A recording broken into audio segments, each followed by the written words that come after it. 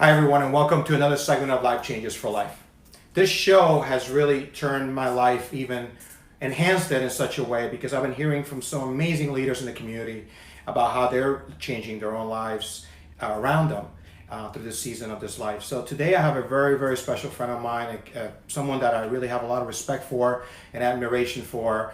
I only knew of him briefly because he's a top speaker, one of the top most sought out speakers in the world, because of the people that he's been around with and because of his story. But the last year I've had a really amazing time getting to know him as a friend, as somebody that I feel like I can talk to about anything, not business, not anything else, just a friend, someone that I can share things with. He's been honest with me and actually allowed me to come into his world as well and share some amazing things about his life that I never thought really I would get a chance to do. So I really thank God for that. He's somebody that's an advisor to a lot of people, as a spiritual advisor as well, as a mentor, an entrepreneur, of course, and a top speaker. Again, I'm not going to go any further because I want as much of this interview as possible, but I want to introduce my friend all the way from north of Toronto, Canada. It's James MacNeil. James, how are you, my friend? Doing great, brother. I'm really happy to be here. I'm always jealous. I want to be in Miami. I've got such a love for Miami, and here I am up in the Great White North. Now, we're not covered in snow today, so that's a treat. But love it, and I'm honored to be on your show, sir. Thank you. Well, you have a great back view. Some of our guests can see it. I will say that we've had some amazing weather, and we haven't been able to enjoy it fully because of what's going on right now. And we're getting ready for hurricane season. So as you know, this is like, one of those things here and there.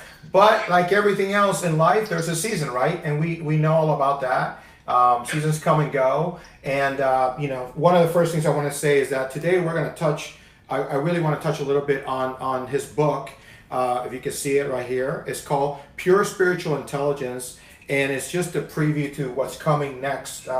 James was getting ready to do a lot of conferences and all around the world, not just with this book, but with the message about spiritual intelligence, which I love. We talk about the mental, we talk about IQs, we talk about all this stuff, but there's also a spiritual, kind of an IQ test that we look at, and usually it goes with how we really defined ourselves, how we really found out who we really truly are and what we're made for, right? And we have how we found our purpose. We talk about this all the time, you and me, right? To go back, I think, is always good. I want to connect the audience with how we met. We were at a business marketing branding seminar. I had the amazing opportunity to be speaking at that seminar, and James was there. And then from there, we became kind of like an acquaintance relationship, and we just kind of, who is this guy? Who is this guy? Who is that guy? And I was very surprised that when I was asked to be at as a TED speaker at a conference last year, James actually came and supported me. And I think at that moment, I really found out that, wow, you know what? You are somebody really that I know God wants in my life as well, because we always need guidance from people, but we also need affirmations, right? Or confirmations of certain things. And the more I talk to you, man, I can talk to you for hours, and how did you feel about this relationship and how we met? Well, I was thrilled. I'm always wanting to learn and improve and connect with great souls, great people. And so, being in Miami, like I said, I was thrilled just to be there. And then, of course, we were part of a great conference. We were able to connect. And your enthusiasm, you're just man on fire, And so it was great for me to get to know you more and to be able to, just watch you work, watch you interact with people. So I really enjoyed it. Again, thank you very much. Oh man, it's a pleasure.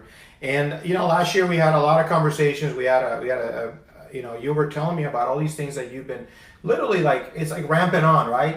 It's almost like since the book and since all these things, and you had your group on Facebook and you had your private groups and you had all these people reach back out to you. You're like, David, I cannot wait. And I was telling you, I cannot wait either. I have my women's conference, I have all these things.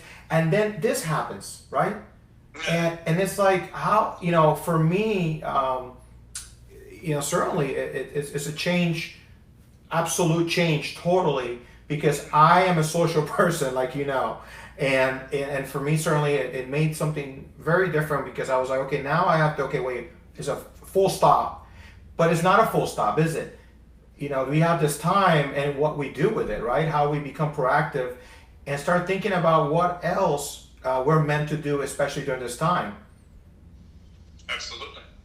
Yeah, I found my own personal response is that everything is perfect. It's one of the foundational mantras of pure spiritual intelligence, which is everything is perfect and everything is improving. We're either a victim or we're in flow.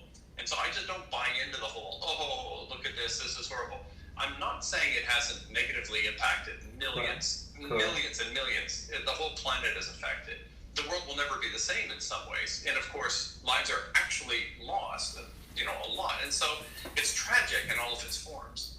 For me to be empathetic and genuinely care and to do what I can for others, that's one part of the equation. But the other part is, am I a victim? And no, I'm not going to say that I'm a victim. I'm a blessed blessing. I'm here as a pillar of strength and wellness, of reason, of encouragement, of support. And so I don't look at this as I'm a victim. I look at it as a leader. What is my role? How do I have an impact? And everyone who is a leader because they take appropriate action on vision. They have a vision, they take action, and they move forward in faith.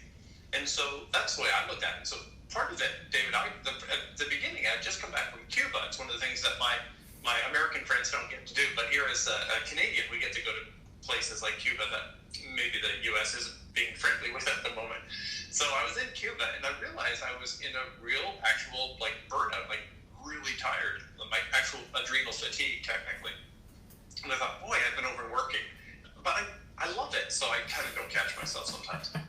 And so I took a couple of weeks there, and then I came back, and COVID hit. And so now I've just been like, wow, this is beautiful. It's almost like I try and find ways to perceive that the universe is conspiring to bless me. That rather than thinking I'm a victim, that I'm a blessed blessing, that I'm being given abundance of time and talent and treasure, resources to be able to make a positive impact. And so for me, it was just like, okay, cool, I needed a break anyway. And then I was able to say, okay, let's go deeper into the pure spiritual intelligence philosophy. Let's see what else we can create. And so I couldn't be more happy right now. I haven't felt this rested in I don't know how long, healthy. My body's ready to go. I even lost some weight. Your fitness friends might be a little bit impressed. Yeah. But for me, it's just a matter of, it's an opportunity. Everything that happens, every stimuli can be perceived as a positive or a negative, and it's really up to us. Circumstances can never be so good that you couldn't blow it. Correct. And circumstances can never be so bad that you can't win. And so to have the perspective changes everything. You know, it's fun. It's interesting how you put it together, though, and that's the interesting part of it. Out of all the episodes that I've done, right, and I've had a lot of great people on just this show that came out of this. This show was birthed from this. I was going to do another TV show, and then I decided, well, I can't. So what am I going to do? And somehow I had all the pieces that I needed, James. You know, everything that I needed, technology and the setup and everything that I needed, just enough to get this off the ground. And of course, I had the contacts to call everybody and say, listen, I want to get your perspective on this right now. But more importantly, I want to inspire people. I want to give them hope from different views, because that's the problem. We're listening to one or two people, and that's it. And if you're consumed with the atmosphere of negativity and you're consumed with everything that's going wrong in the world, you don't see the opportunity. And I love how you just kind of said it in a way where I think hopefully people that are listening to this are going to get a different perspective, like you're saying. It's an opportunity, and look what he said. The universe kind of, you know, again, to bless him, to be able to get him to a different place. Because here's the thing, what are you thinking about your life? Do you even know what your purpose is? Do you even know where you're going with your life? And that might be the problem to begin with, isn't it, James? Like if you don't know where you're going, then everything kind of turns upside down no matter what. But if you know where you're going, you're looking for, where's the next connector? Where's the next lane that I'm supposed to take, and just go with it. But here's the thing, enjoy the ride, right? Mm-hmm. Yeah, it can be a beautiful experience, no matter what the externals are. It can be a beautiful experience this life. And again, I really think it really becomes beautiful and miraculous when we get over ourselves. Now, I don't think this life of mine is about me. Correct. I just don't think I'm the point. I don't believe you, if you're a viewer here, I don't believe you're the point of your life. Your point is not about, the point of your life is not you making it, tiptoeing safely to death. No, it's not just about making it. It's about making it better. You're here on purpose. You're not a victim trying to survive an unfair, insensitive universe. You have been sent for a reason in this season. You're the perfect person in the perfect place with the perfect skills, abilities, confidence, and capacities. You're here on purpose. And so when we get over ourselves and we come to terms with a vision greater than ourselves, then we get set on fire. The people who are having the most fun and getting the most rewards, living the life of their dreams, are the people who are not focused on themselves, but rather living on the interest, on the payback, on the quid pro quo of just serving greatly. When you serve greatly, you deserve greatly. And people who have that mindset are winning before they even begin, because they're other-centered. They're not focused on what they can't control. They're focused on what they can control and what they can influence. They harness power, which is the ability to act and influence, and they build their capacity to make a positive difference. If you're listening or watching right now, wouldn't you love to be able to write like a $10 million check to feed people who are in trouble right now? Wouldn't you love it if you couldn't just say, you know what, let's take care of this. Let's just pay this whole, let me just cover all the expenses for all the hospitals in my region. Wow. Let me just go ahead and fly these people home that can't get home otherwise. Let me get involved. How would you like to have that kind of power and that kind of influence? Well, that doesn't just fall on you accidentally. It is developed over time. Creation and compassion used appropriately always builds more power. Wow, that's awesome. I mean, I'm listening to you, and I really hope and pray that people not only listen to your words, but actually implement them and move forward, because we can listen. I can motivate you till I'm blue, till I'm red in the face. But I'm red. He's blue today. But it's interesting that if you don't apply it, and I love that that you said $10 million check, or you pay for the hospital. I started my foundation, and of course I haven't been able to create the events yet that I needed to fundraise. But that's one of the things. I know there's a day that's going to come that I'm going to be able to help so many children with cancer and so many families with cancer, but it starts now. It's not going to happen now, but if I don't start to prepare for it, and if I don't start looking at all the things that are going to prepare me and build a foundation on a rock that's not going to fall, then I know that day will come, man, and I'm going to call you and say, hey, James, you got to come down here to Miami if you're not already living here. So he's going to move here. I know he is. But I would say, also, what is it that you think, because I love you to chime in on this and say, what is it that you think that's going to get people to get out of the couch? There's so many people, James, and I know you probably know some that can't even get out of bed today, that are so anxious with what's going on. And they're focusing on what they're not getting, what they don't have, but they're not focusing what they do have and what they can do. So what is one thing that you think, and this is not the word yet, I'm not there yet, but what is it, give me something that you can give them to get up out of that and to start applying it. Raging against the darkness is a never-ending struggle. If you say, oh, I hate that I feel this way, I hate that I feel this way, I hate that I feel this way, well, now you're just adding hatred on top of depression or something else. So let's do this. Let's start with, oh, look, today I suck. Today I'm in a pissy mood. Today I'm not nice. Today I'm not kind. Today I'm not energetic. Today I don't care about anybody. Look at me. That's today. Now, what do I choose? Do I choose to stay there? Do I choose something new? It begins with an acceptance of what is. If you're in perpetual war against your moment, you're not reconnecting to source energy, source love, God, as you will. To reconnect to source is not to be past tense or future tense or present tense, but present peace. And accept what is. Today, I suck. Okay, here we go. You made a decision. Today, I'm insecure. Today, I'm depressed. Today, I'm angry. So you are. I've battled all of these things. I've lost my wife. Some of you know that. Dave, you're aware of that. And she passed away instantly after 1 year of heavenly marriage. She was only 30 years old with a massive brain aneurysm. And in the wake of that, I was all of those negative emotions and more. I was angry. I was depressed. I was a victim. I was this. And I didn't fight that. I thought, yeah, today I'm a victim. Today I'm angry. Today I'm lazy. And I didn't fight it. And because I allowed myself to be what I was and decided I didn't want to stay there, I was able to move faster. They said my recovery was like absolutely shocking. And it destroyed me, absolutely destroyed me. But the path back is not fighting what is, but accepting what is and making new choices. And so if you're sitting, if you're watching this, listening to this, and you're saying, today I'm just not the person that I know I'm meant to be. I know I can be more and do more and have more and give more. I know that I'm supposed to make a difference, but today I'm just not that guy, not that gal. So that's your truth today. Correct. You absolutely, you're making that choice. And I've said this before, and I know James has as well. You have decisions and choices to make. Sometimes you just have to start. I always talk about that list. You know, when I was managing and consulting, you have 2 lists you can have every day. One list is start with little bitty things, right, that are easy to do. So you can start consistent. You know, you have a list of 10 things you have to do. Some people are those people that need the small things to start ramping up to get to the big things, right? I'm the opposite. I've learned, and this is again, you have to learn to find yourself. I've learned that if I start with the hardest thing and I finish it, the rest is like, wow, I can fly. So you have to first, I think, maybe start with defining that. Which person are you? Because maybe just getting up, brushing your teeth, you know, getting something to eat might just get you out of the room. Then lock that room door and start doing something else, you know? Yeah. So, but to finish this segment, I wanted to ask you about one word that gets you up, that's the one word that defines you right now, this moment in life, that can change people's lives. What's that one word that's in your mind right now, in your spirit? Faith. Faith.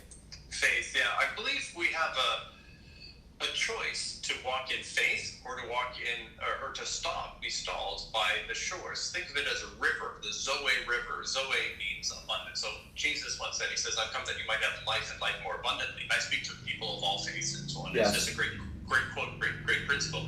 And the idea here is this: there's a river of abundance. It's the miracle river of life. And everyone listening and everyone watching has had one of those days where everything went right, where no one could take you off no matter what they tried. That everything went your way, and you were just like popping. Everyone wants to buy from you. Everyone wants to date you. Everyone wants to marry you. Everyone wants to be your friend. You're hot today, right? Well, that's a day that you were in this river. This is actually our normal, natural state when we're spiritually connected. And so faith is that river where everything's miraculous and beautiful. Now, that river has 2 shores. One is fear and one is frustration. And so if you find yourself in a current state of fear or a current state of frustration, the pathway out of that is faith. Just to say, oh, okay, but I believe. If you want to understand the secret of motivation, the secret formula, I've been a motivational speaker for 30 years, so I know a bit about this. I share the stage with everybody. So my guru dad, Les Brown, would agree with me.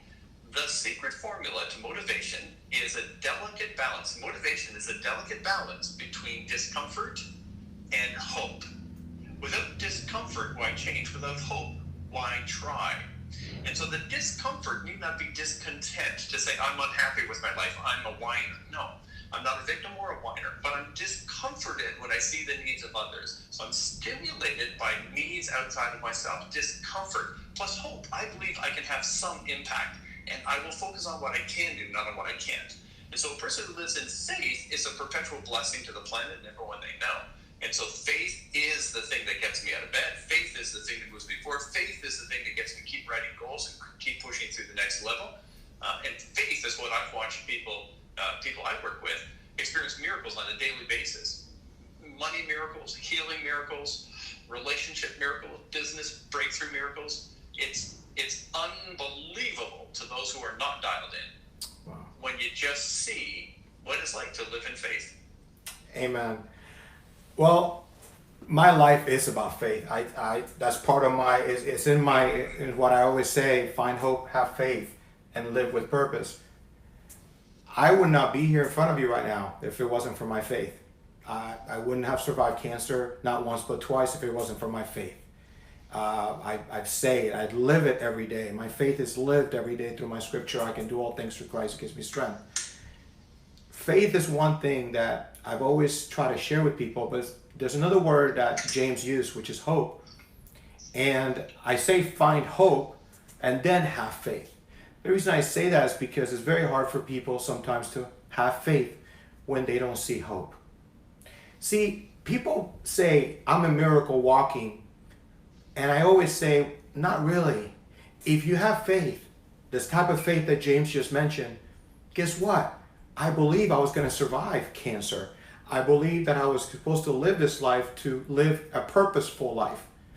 So because I believed in it, it wasn't a miracle. It's a miracle because people don't believe. In other words, God proved everybody wrong. The doctors and even people that didn't see me coming out of that hospital. So think about what he's saying. What James referred to as faith, and then you have frustration and fear, right? If you have nowhere else to go, why not start having faith? Why not just look up? And if you're in fear, whatever you're afraid of, most of the time you have to face. What I was most afraid of was losing my life. And I had to face it. And because of that, it revealed my purpose. Thank you, James, for the amazing word that it really touches my heart, because you know I live with it every single day. But I love how you described it. How you describe faith and abundance. How you describe a river of everything going right. But here's the thing. Life is never going to go perfect because you have lessons to learn. But when you learn those lessons, you know how to go back to faith. So again, I want to thank a man that I truly consider my friend, from the Pure Spiritual Intelligence author, Mr. James MacNeil, someone that I respect and admire. Thank you for your time all the way from Canada. I really thank you, and I thank you for the words that you shared with us today. And I hope that even one person receives it today, and that most of you start having more faith. Again, like I always say, I cannot finish anything without saying this. Find hope, have faith, and live every day with purpose. God bless you, and until next time, take care.